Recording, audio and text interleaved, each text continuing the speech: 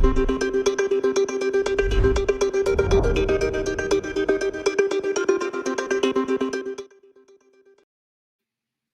evening, I'm Pia Ranada, and this is In the Running, Rappler's daily run-through of the highlights of today's filing of certificates of candidacy for the 2022 elections. Today, Thursday, October 7, is day 7 of the COC filing. The filing of candidacies will run until October 8 at the Sofitel Hotel in Pasay, and this show will also run until tomorrow, October 8 at 7 p.m. Joining us today as guest analyst is veteran journalist John Nery and Rappler Regional Head Inday Espina-Varona. Also joining us will be Rappler reporters Mara Cepeda, Dwight De Leon, and Cebu multimedia reporter Ryan Moser. Mara, it's finally happening. Vice President Leni Robredo announces she will run for president after months of trying to forge a unity among the broad opposition. Yes, Pia, finally really is a word that's been used a lot today. It's really it was a long and winding discernment process for Vice President Leni Robredo. And she was, true to, the simple and clear Leni Robredo style. Her speech, she delivered it in just 12 minutes, no ad libs, no cuss words. So it's quite refreshing, I guess. If you're a reporter covering the president, and there's always a comparison between the two of them because she's the opposition leader to President Duterte, and she was reading from a teleprompter. And she made a lot of her supporters happy with her candidacy. Let's watch this video of her speech. Buo ang loob ko ngayon. Kailangan nating palayain ang sarili mula sa kasalukuyang sitwasyon.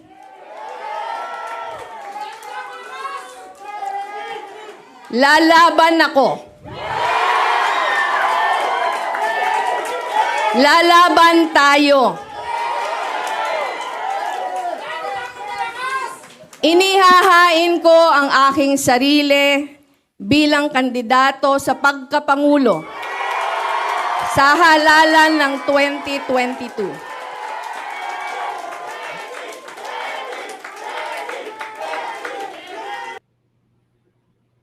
So Mara, hindi naman sekreto na si VP Leni is a reluctant candidate, and we know that she's been plagued by low survey numbers and an intense vilification campaign against her by the president, by his diehard supporters, and other politicians. So do you know what exactly pushed her to finally decide to run for president?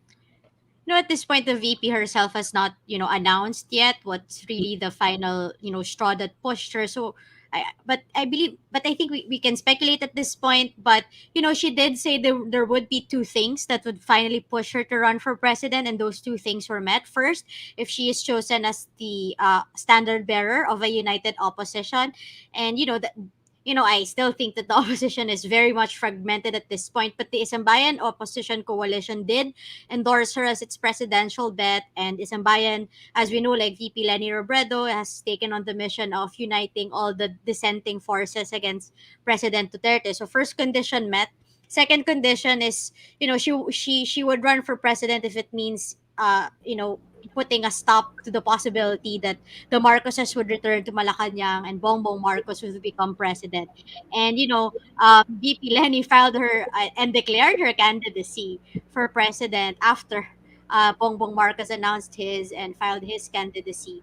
I think really we should go back all the way in June. Feeling ko nung namatay the late former president Noynoy Aquino, VP Leni felt something that may tawag talaga sa kanya. And when we had her for Rappler Talk a couple of weeks ago, she said that I asked her na naramdaman niya ba na siya yung pinariringgan ng mga tao at the time about, bringing back good, decent governance after the Duterte administration. And her reply to me then was that yun naman lagi yung kanyang advokasya bilang isang leader, at if she should run, yun ang gagawin niya. So, to me as a reporter covering her then, it sort of gave me an idea that, probably the death of Pinoy, who is, a close ally of VP, who was quite instrumental in convincing her to run for vice president in 2016, that must have, pushed the VP pero tumagal kasi yung desisyon ni VP Leni because up until the end she was really trying to find the right or the perfect iteration para dun sa katandem niya sana eh. When she means she wants to build a bigger broader opposition coalition, that would have meant getting sana a running mate who is outside of the Liberal Party circle. Kaso ang problema, sa tagal din ng pagde-decide ni VP Leni, all the other presidential candidates who were very sure about that they want to be president and they want to run, they already filed their candidacy. So VP Leni was left with no choice but really to turn back to her own allies in the Liberal Party. And that's why several sources and lumabas na rin sa iba't ibang news organizations, diba, that Senator Kiko Pangilinan will be her running mate, and he already announced an advisory. He gave an advisory that he is filing his candidacy, but he didn't specify the position. But we all know it's to be the running mate of the VP. He'll be filing it tomorrow morning. But despite that, she still chose to let go of yellow, diba? Parang Yes. like pink all over her declaration speech, pink masks even. So what does this signify? Dropping yellow, going for pink, filing as an independent candidate. I think this is an admission on the part of not just VP Leni, but also the Liberal Party stalwarts that the LP's brand of Decente politics and LP's and the Dilawan, it's a broken brand now. And if VP Leni wants to win in 2022, she really has to distance herself from that. I mean, I think this is also a sacrifice on the part of those who are loyal in the Liberal Party, diba? But kasi sino ba namang 'di ba ready na mag-admit na we're going to be a liability to our candidate. But so it's very apparent, like the visuals. What is she wearing? She's not. I didn't see any shade of yellow at the OVP earlier. I saw pink and pink yung face mask nila. Yung face mask ni VP Leni pink din yung face mask ng mga supporters niya, ng mga anak niya, si Aika and si Trisha, who were there physically. Tapos ang damit niya ay color blue, pink and blue. Ang sabi sa akin ni OVP spokesperson Barry Gutierrez, they're taking the cue daw from her supporters because some of the supporters groups that were created to push VP Leni to run for president, pink and blue yung ginagamit nila. Pero tingin ko dun, nakuha din nila yun kasi ang branding ng Angat Buhay, yung anti-poverty program ni VP Leni, pink and blue. So even before pa, hindi niya na talaga ginagamit yung kulay na yellow. So, di ba, you can tell already that there are indications that they're already going to that direction. And the fact is, she didn't run as standard bearer of the Liberal Party. That's like really the convincing thing that's telling us she's shying away na, she's distancing herself na.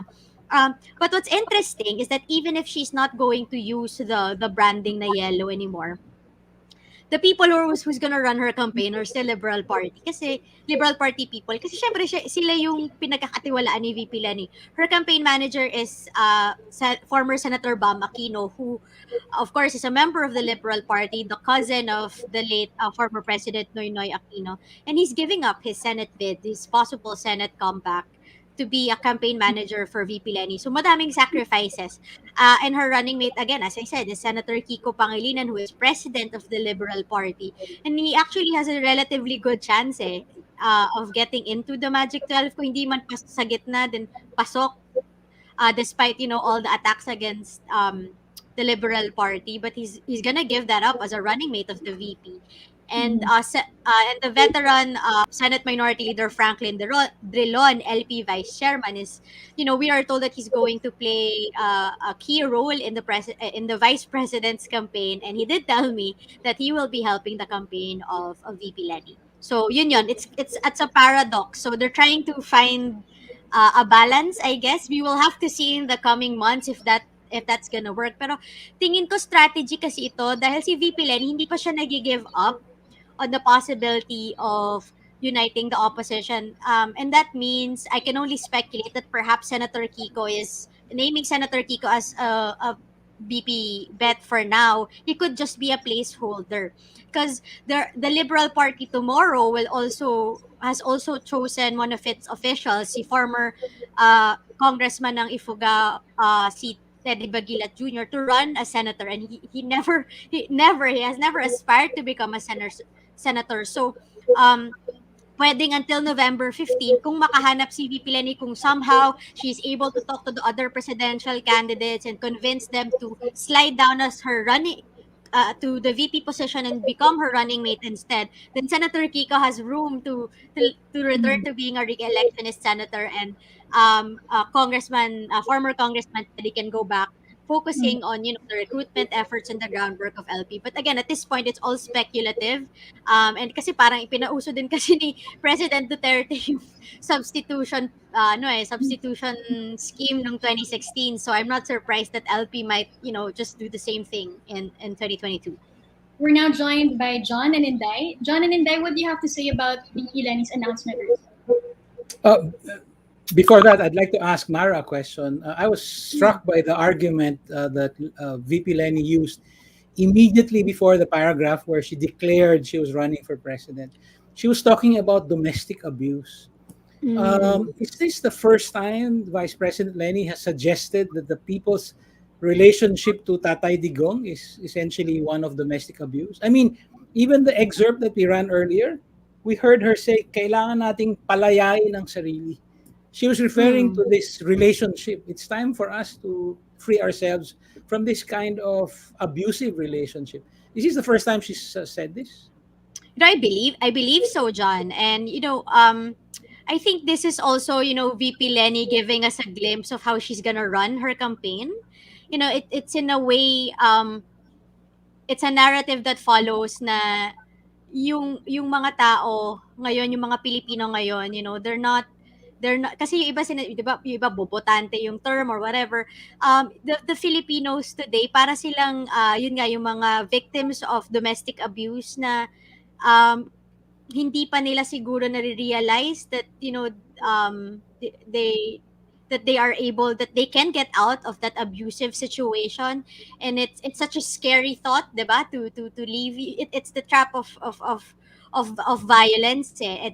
And she's asking Filipinos to acknowledge that you are being abused, and take that leap of faith with her, kasi tutulungan kanya to end that kind of abuse, to end that kind of violence being experienced by Filipinos now. So it's not simply, it's also a way of addressing also yung criticisms din sa mga supporters ni VP Leni, na parang may black and white view of the supporters of the president. Mhm.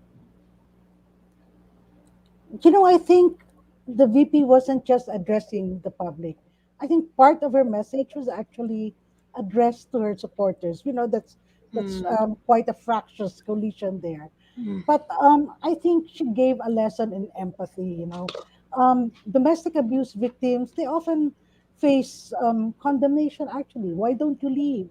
You're putting your children at risk. Why do you keep on staying? And it was a lesson in tingnan natin where the others are coming from, especially when she started talking about poverty, about the people. And dalawa din yan eh. She also used nanay, which I think a lot of her more feminist supporters had winced at um, until very recently. And yet, she gave it a twist. It wasn't yung kawawang nanay. It wasn't that grieving nanay. It was a nanay who was overcoming grief and taking courage and joining others who were in that same position. So maybe her supporters should really listen to her. John said it was a listening speech. She has shown that she has listened to people, and maybe supporters should give back by also listening to her, because the truth is you're not going to win votes for her if you bludgeon people on the head, for those votes.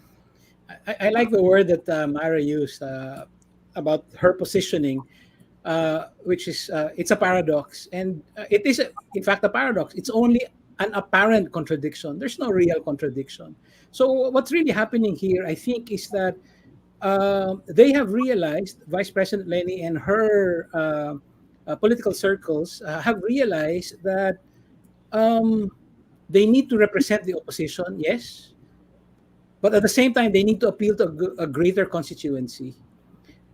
So this seeding of the yellow color. I'm sure that was a strategic move on their part. This idea of running as an independent while being supported and managed by Liberal Party stalwarts is also part of that. As you said, Mara, negotiations are continuing, okay, but not in the way that some in the left would like the negotiations to continue, which is that there's no candidate for president. She's continuing the negotiations from the point of view of someone who has decided to run for president and looking now for a vice presidential running mate. There was also another interesting line that we heard from Vice President Leni today, something about compromise and taking positions. Let's play that part of the speech now.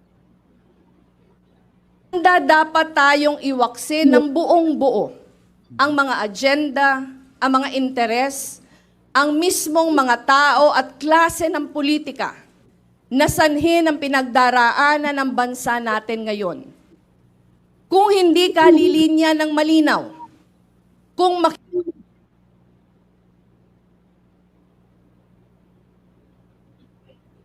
Oh, there was a technical problem, I think. I think after that, it says, kung hindi ka lilinya ng malinaw, kaninong, which side are you really on? Parang ganun yung ending nun. Oh, Yeah, like kung parang I can read it out. I can read it out if you want. Sige. So VP Leni said, kung hindi ka lilinya ng malinaw, kung makikipagkompromiso ka, kung hindi mo man lang kayang sabihin na mali ang mali, na kaninong panig ka ba talaga? Malinaw kung nasaan ako, nasa panig tayo ng mga sinasagadang lahat para iraos ang sarili, ang pamilya, ang kapwa mula sa pandemyang ito. For me, it was a message to other candidates. That's what I heard. Like that's what I was thinking when I heard that. So we all know of different candidates. Yes, go ahead, John. No, I think it was a message to a specific candidate, Isko Moreno. In the same way that the line, hindi ito tungkol sa posisyon, hindi tayo nakikipag-usap para makipag-transaksyon, was directly addressed to Ping Lacson. In fact, I did mention earlier that it was a listening speech. It was classic challenge and response. She had a challenge to meet and she responded. But in fact, it was a series of challenges. If we go through her speech, you can see that almost every paragraph has a specific specific response to certain people. There's a response to Calyode de Guzman about the elites forgetting all about us. It's there. There's a response to her supporters, who might have been frustrated over the long and winding discernment process that Myra described. It's there. I was really struck by that. That in fact, it's a paradox, but it seems like it was a listening speech. I mean, she was doing the talking, but she was telling us, "Hey, I'm listening to you." I thought it was Jen. And I think at this point, I should point out that it was VP Leni herself who wrote that speech. So you could tell that, nakikinig talaga si VP at alam niya yung strengths niya, alam niya yung challenges at pagkukulang niya ng mga kaalyado niya at mga supporters niya, and we'll see how smart she's gonna run this campaign. Just the last point. Tatanong ko lang. Go ahead.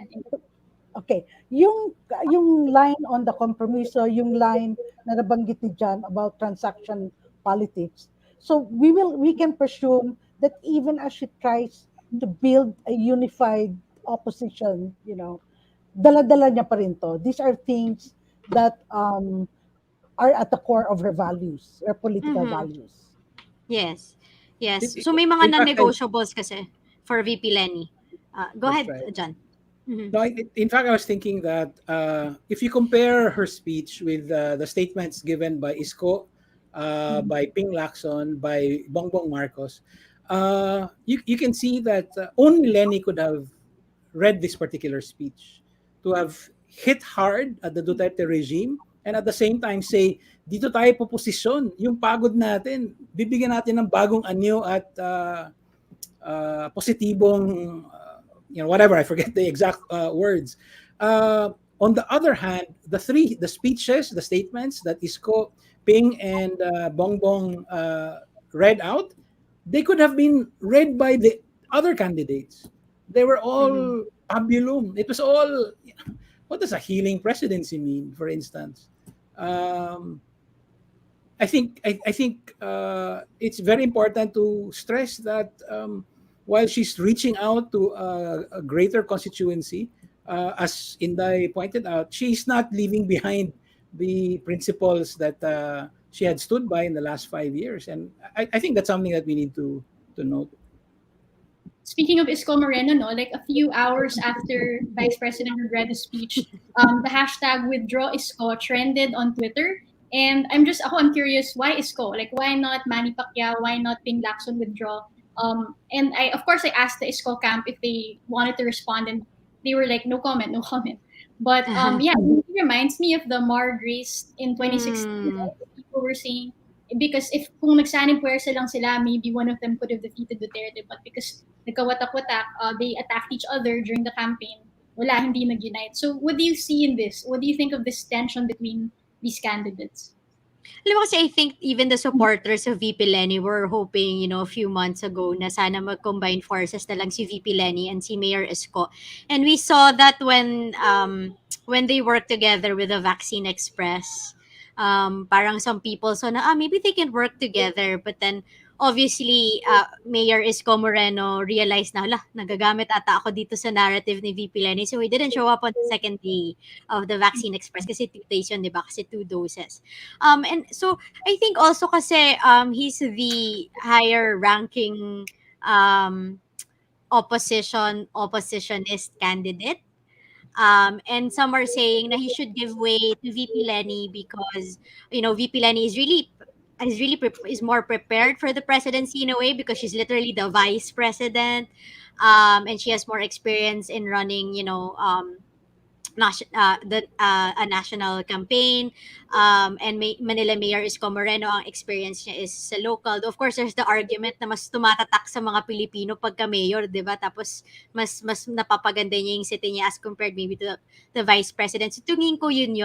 Pero I'm a little bit worried how this tension might affect VP Leni's campaign, because as we saw in 2016, it didn't end well for either Secretary Mar Rojas and Senator Grace Poe. They both lost because neither of them gave way to the other, and the fact that they didn't work together led to Duterte winning. So feeling ko yun din kasi parang sila yung prominent opposition candidates. Maybe the supporters are hoping for them to work together. Pero Pia, you're covering Mayor Isko. I doubt he's gonna give way to VP Leni. Taas-taas ng numbers niya ngayon. Masisisi mo pa yung tao. At gusto niya talagang maging pangulo, di ba? Parang yung nakwento mo na bata pa lang ata siya, gusto niya na talagang maging president. And that's very different from VP Leni na nagre-respond sa calls for her. Hindi niya talaga ginugusto yun herself.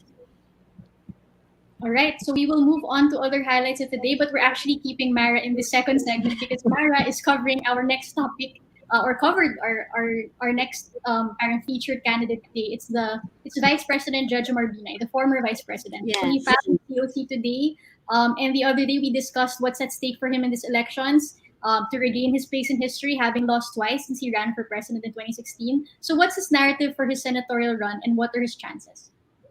Nung binabasa ko nga yung statement niya pagka-file niya nung kanyang COC as senator, sabi ko, wow, parang flashbacks to 2016. Kasi yung statement niya, he's banking on his experience as, a politician, mostly as, mayor of Makati. Sabi niya parang, he's saying that he has built this experience in leadership, in governance in the past 30 years, and he can do it.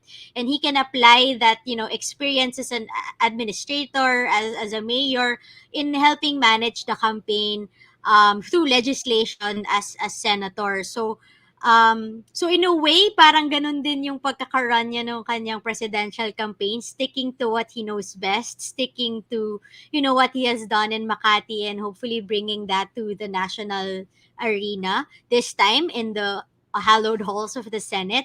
And, he has relatively good numbers. Pasok siya ngayon dun sa top 15, at least in the latest Pulse Asia survey.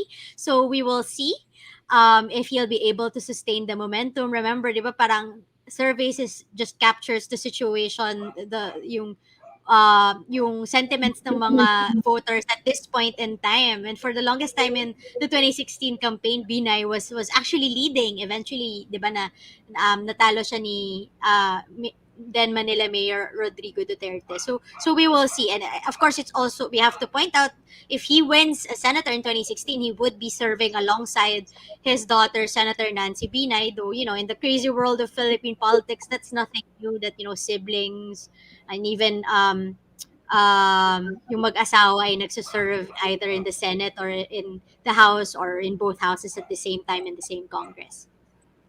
John and Inday, any questions for Mara? Well, just an input. My understanding is that Jojo Binay joined the discussions with Isang Bayan many months ago, not as a prospective candidate, but as the patriarch of the Binay family. But I think that he eventually changed his mind, or rather, he made up his mind to run for the Senate when he saw that his survey numbers were good. Mara is right; surveys are snapshots. But of course, in between snapshots, you also get a sense of how things are running. And the Binays have elected Nancy Binay twice to the Senate. They have a formidable machinery, and I'm sure Mara will know this. Jojo Binay was the hardest working presidential candidate in 2016. I mean, he went to more cities, did more sorties than anyone. So, I mean, this is the sort of political opportunity that's actually ripe for someone like Jojo Binay. It doesn't matter that he lost his last two elections. I think he is primed for this. Of course, it's still early. We'll see what happens. But I think he decided, he made up his mind only in the last few months to actually make a go for it. Yeah. Chance talaga si Jojo Binay because he's still fondly remembered because when he was the mayor of Makati, that was for a very long time. Mahilig siya sa twin sister partnerships. Twins, And these yeah. talaga, bumuhos ng tulong yan sa mga LGUs in the provinces. So there's that. Sister cities, yeah. Mm-hmm. That's true. Interesting. Well, he will be joined also by another former vice president, Right. Neri Castro. Yeah. Topic with Dwight, but sige. Any more points for Mara before we let her go? Okay. Thank you, Mara, for those insights on VP Binay and VP Leni Robredo. Now we go to Dwight De Leon, and he will now tell us about the candidates who filed their COCs for senator. Dwight? Oh, Dwight, you're on mute. Yes. Hi, Pia. We had a lot of filers today at Sofitel Tent where the COC filing is being held. 28 for the senatorial post alone. Some of the more important or more notable candidates, we have Shell Jokno, a human rights lawyer who lost in the 2019 senatorial elections, but he's giving the Senate another try. He's banking on organic support this time, and siguro the fact that he became one of the more prominent members of the opposition since 2019. Then we have Alan Peter Cayetano, Congressman Alan Peter Cayetano. He is one of the architects of ASC's shutdown in Congress. He was House Speaker when it happened, and it led to the retrenchment of thousands of media workers at that time. He is, well, the media doesn't like him for sure, but well, his survey numbers are good. He actually ranks maybe second in the latest Pulse Asia survey. By the way, he's running as an independent this time, and he didn't grant the media an interview after he filed the COC. Then we have Gibo Teodoro. He filed his candidacy for senator through an authorized representative. We don't really know a lot. I mean, kung anong partido siya nag-file. We do know that recently he was floated as the vice presidential candidate or running mate of Davao City Mayor Sara Duterte. Then we have Neri Colmenares, a human rights defender like Shell. He's running under the Makabayan bloc. He has attempted to win a Senate seat since 2016, 2019, maybe third time's a charm for him. We'll see. And Sonny Matula, like Nery, is also part of the labor win ticket in 2019. He's pushing for better benefits, assistance for labor workers. And one other notable candidate is Colonel Balita, this review center magnate. This is his first Senate run. He wants to be part of the Senate. He says to craft legislation that would help the country get out of this pandemic. And he promises to uphold data-driven governance. And what else? AA is running under the slate of Action Democratico.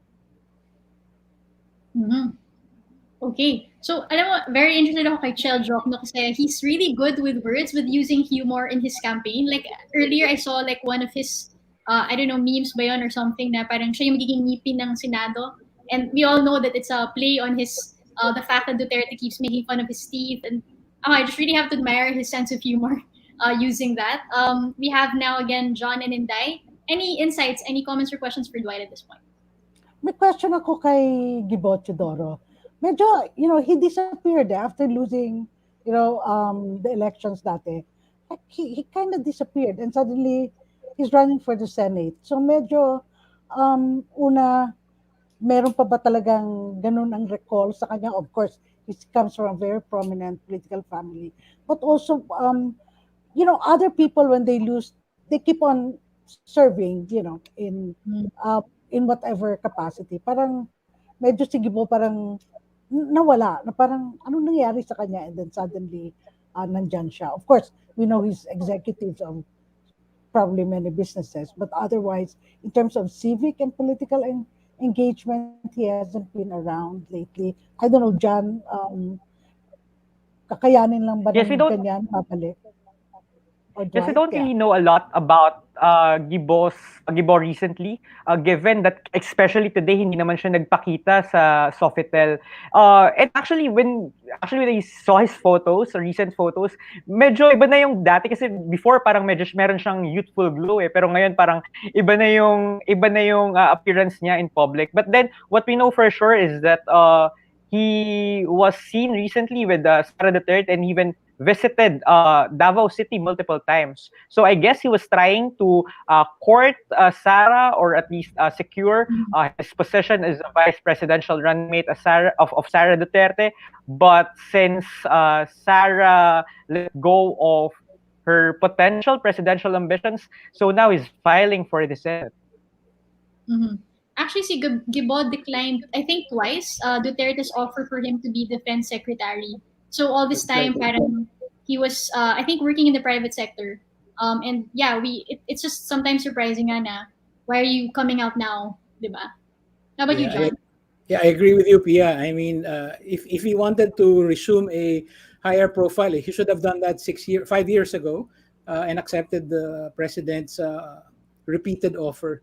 But Dwight, I have a question for you also. It's an interesting mix of senatorial candidates. No? You have human rights lawyers like Chel Jokno and Neri Colmenares. You have traditional politicians like Alan Cayetano and Gibo Teodoro. I'm just curious because I haven't been to the Sofitel filing place and so on.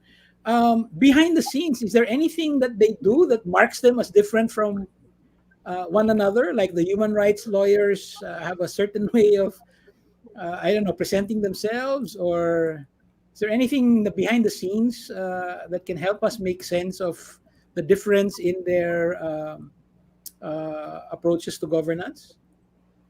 Well, at least we know for sure na yung mga opposition candidates really try to take advantage of their speaking time given to them. For example, itong si Nery and Shell, talagang nagsalita sila, used the Comelec podium, and made their pitch as to how they're the best candidates to uphold human rights when they're elected to the Senate. We didn't really see that with, for example, Alan Peter Cayetano and Gibo Teodoro, since after their 5 years, either kung sila or through their authorized representative, they didn't grant the media an interview and they didn't make a speech.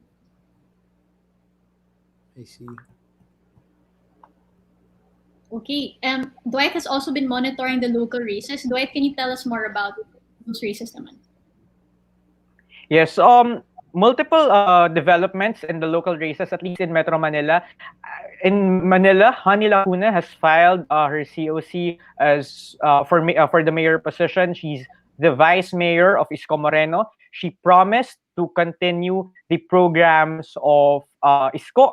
And she's a frontliner and doctor who has been the partner of Isko on Manila's pandemic response since last year. In Quezon City, we have Mike Defensor officially filing his certificate of candidacy today. He's running against incumbent Mayor Joy Belmonte seeking re-election. Uh, we know Defensor as an ally of Cayetano in the House, and of course, one of the most vocal opponents of ABS-CBN in the legislature. And I guess he will have to answer for his decisions when the campaign period starts, given that ABS-CBN is based in Quezon City. And also, one of his more controversial actions recently, yung pag-push niya ng distribution ng ivermectin as a COVID-19 treatment. In Caloocan, Edgar Erice, a new member of Acción Democrático, formerly from Liberal Party, as he now wants to be mayor. He is a congressman, but he has already exhausted his 3 terms, and he will run against Along Malapitan. Is the son of Oka Malapitan. Oka and Along are seeking to switch posts. Si Oka, na current mayor at term limited, he's seeking a seat in the House of Representatives. And lastly, in Pasig, we have Vice Mayor Iyo Caruncho Bernardo. He has also exhausted his 3 terms and seeks to challenge Pasig Mayor Vico Soto. Now, this is going to be an uphill battle for him for sure, given the popularity of Vico Soto since he was elected in office. And, well, basically he says his quality of life has not improved in Pasig, and he wants to offer the citizens of Pasig an alternative. I'm not sure if that pitch is going to work, given that some people or many people see Vico Soto as the alternative already. All right, thank you so much, Dwight. Now we have with us Ryan Mancero, who is over Cebu. Ryan, can you tell us about Margo Osmeña's filing and why this signals the showdown of the political families of Cebu, and where does President Duterte figure in all of this? Yeah, so Margot Osmeña filed earlier this morning, and actually it came as a surprise to me personally because after Tomas lost his re-election to Labella in 2019, I thought he would want to come back for his seat, but Margot announced on Monday that it would be her. And it's been about 6 or 7 years of this rivalry. And just to go back, actually, Tomas was the serving mayor alongside Rama, and it was only around 2015 when the two had a falling out over how Rama managed the finance, how Rama managed a project of Cebu City, which was Tomas's pet project called the South Road Properties, and it's the cash cow of Cebu City. So it's where the city sources a lot of its funds, and once you do something that Tomas doesn't like, he's the former mayor of Cebu City. He can be quite vindictive and will really make your political life, pretty difficult. So from 2015 to 2016, to 2015 to about 2019, it's been a lot of back and forth and mudslinging in the media. And in 2019, Duterte came to Cebu to endorse Labella and Rama's tandem himself. And I think that was very interesting because Labella was not a very popular, politician in Cebu City before 2019. He was a longtime city councilor and the vice mayor, but his clout does not match Tomas. And I think that's because they chose to align themselves with Duterte at the time as a political move. In the beginning of Tomas's term in 2016, he was, even though he was previously associated with the Liberal Party, he was actually a mayor who was very strong against drugs, similar to Duterte. He presented himself as a strong man, and he was actually included in some of the human rights watch reports of extrajudicial killings at the time. So he worked very closely with police in combating drugs and crime in his city. So in the beginning of his term, it seemed like they would actually get along.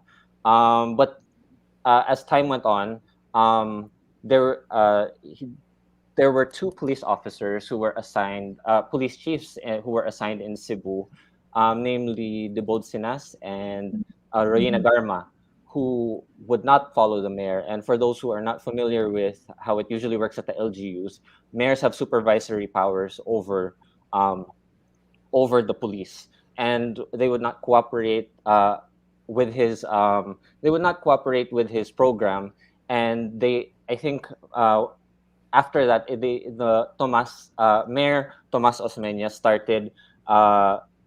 Things started to get out of control. We saw killings every single day. There were massacres even in the upland barangays, and he started to speak out against these two police officers.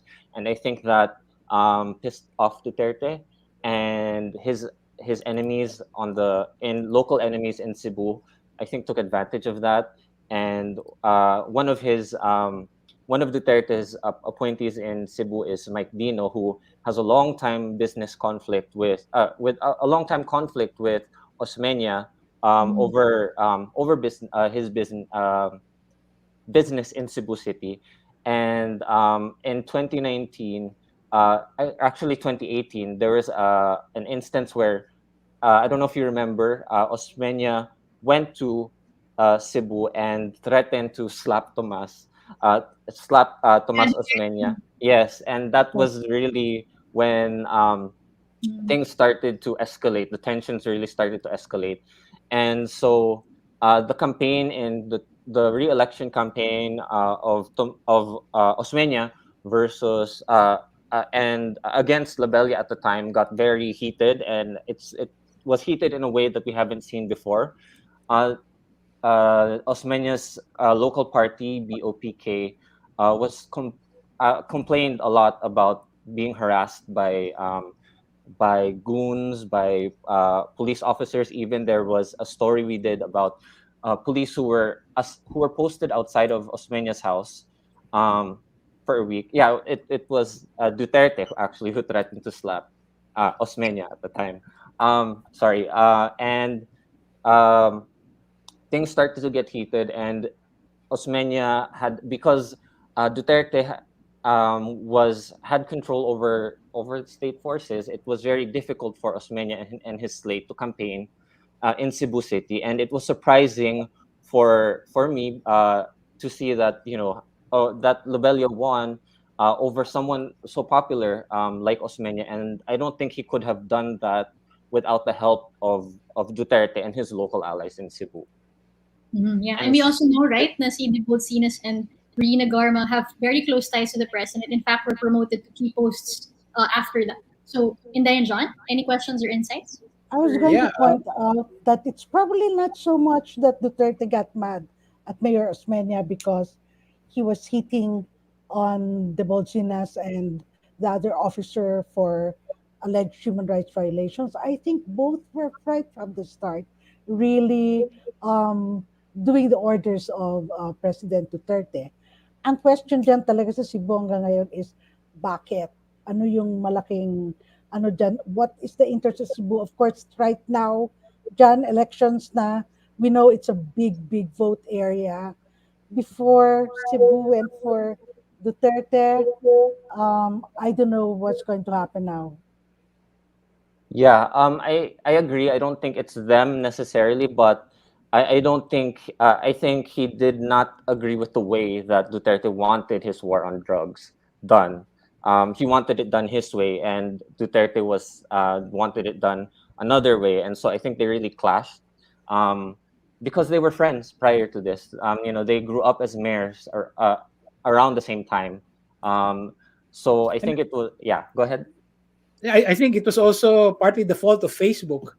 Mayor Tomas Osmeña kept writing really incendiary posts on Facebook, Yes. eventually criticizing Duterte directly. And I think that reached the president's ears, and that helped spark the conflict. Ryan, I do have a question. So Mayor Tomas Osmeña lost his re-election bid in 2019. What makes Margot a better or different candidate than Tomas Osmeña? And Well, how would she avoid the fate of Tomas Osmeña in 2019? yeah. Well, Margot, I think, is different in a way that when she was in the city council, she was more of a um, someone who was an auditor, and she looked at processes and systems and the city's finances. Tomas is more, he has that, but he's also a visionary. He has a specific idea of where he sees Cebu City going in 30 years and 50 years, even up to 70. Uh, uh, Up to 70 years. And I haven't heard Margot Osmeña speak about specifics about direction or vision for Cebu City. So if I got to talk to her, that would be one of the first questions that I would ask is, aside from checking the city's health, aside from these particular programs that you want to see implemented now, where do you see Cebu City in 50 years or 70 years? Is it the same as Osmeña's, your husband's, or is it different? And if it's different, how is it different? So far, she hasn't said much, but I'm curious to know, beyond her management of the city's finances and affairs, what is her vision and direction for the city? Where does she see it going?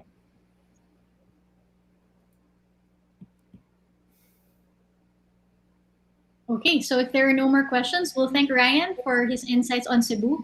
And we will soon be wrapping this up. But first, diba, it's day 7 of the COC filing. The last day will be tomorrow. But already we can see, I mean, syempre, it's already the second to the last day. And we're starting to see, oh yes, John. Oh, sorry. Oh, we Ryan left. Sorry, Sige, Ryan. A belated question. Of course, Ace Durano is running for governor, and Jun Davide is his vice governor. How will that tandem affect the race for mayor of Cebu City? Cebu City and the province are politically independent. Yeah. Yeah, Yes. but David has been a strong ally of the Osmeñas, and he's running again. But he's currently his last term as vice governor. He's been very quiet. Prior to that, him and Gwen Garcia, the current governor, would clash publicly, and they would go at it back and forth all the time. You don't see that anymore because I think he recognizes Gwen Garcia's influence and her popularity, and so I think he's trying to play his cards right, by being quiet. And so if and Duranos and Osmeñas were enemies in the past, but I think they can work together now. They are not currently, they are not currently enemies. So I think it would be good because there are interests of the province in Cebu City, even though they're independent. They do have real estate properties. They do have buildings. They do have interests, and vice versa.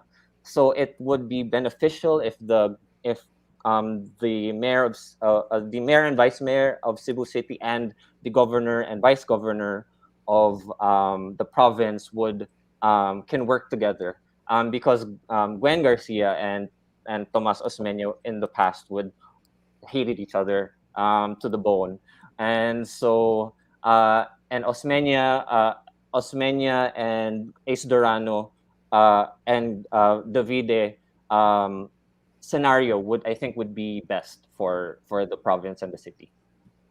Thank you. All right, thank you, Ryan, for that.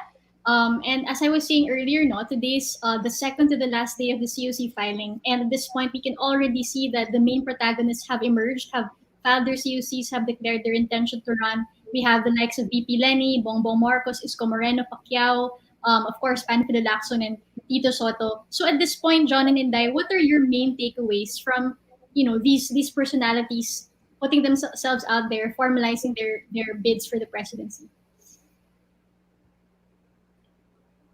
Oh, I can go first. At this stage, it looks like it's 1992 all over again, meaning to say we're looking at a tight race. Whether Sara Duterte joins the fray or not, I think we are looking at a tight race. As things stand, in between snapshots of that are the election surveys, you can sense there is some movement. The movement, as far as can be told, reflects an increase in Bongbong Marcos's numbers and in Leni Robredo's. We'll need to see that confirmed. What that means is that you will have 4 or 5 uh, relatively equal candidacies maybe by December. So at this point in time, my main takeaway is, well, the battle is joined and it's 4 or 5 way. It's a 4 or 5 way battle. How about you, Inday? I'm not going to even address the odds of the different candidates. I'm probably just going to address the people who will be voting. I think at this point, you have seen enough of, even from the Duterte camp, realization. At the same time, even from the opposite camp, some realization of what's been happening all these years. And hopefully we'll have a more mature electorate, not only in the sense of who they vote for, that's their own choice, but also in how they engage with one another, regardless of whether the the vilest black propaganda erupts again across social media. I hope we've all learned our lessons from those past times. Mm-hmm. Ako, takeaway ko, not really from the COC, but really from the public's reaction to the COC fighting. We've just seen so much engagement, and I know personally people who never really cared about politics or elections. They're starting to really see a personal stake in this, knowing that the elections next year will be so important to our survival as a country, our economy, and it's just really inspiring. People changing their profile pictures to support the candidate they want. They're really asking me, Pia, where can I read about this person? Where can I watch this show? This in the running, actually. So it's really giving me hope, especially a lot of people I know went out of their homes, risked their lives to line up to register to vote. And I think that even if we do see that cloud in the horizon, ang daming candidates, it's going to be parang uphill battle for so many of them. It's already a win that many people are more engaged this time around. All right. So thank you so much, John and Inday. This brings to a close the 7th episode of In the Running, which caps Rappler's special coverage of the COC filing of candidacy for the 2022 elections. We'd like to thank our guest analyst, John Nery, and our resident analyst, Inday Espina-Varona. We'd also like to thank our reporters on the field, Maris Peda, White De Leon, and Cebu multimedia reporter Ryan Mancero. I'm Pia Ranada. Join us again tomorrow for day 8, the last day of COC fighting. Goodbye.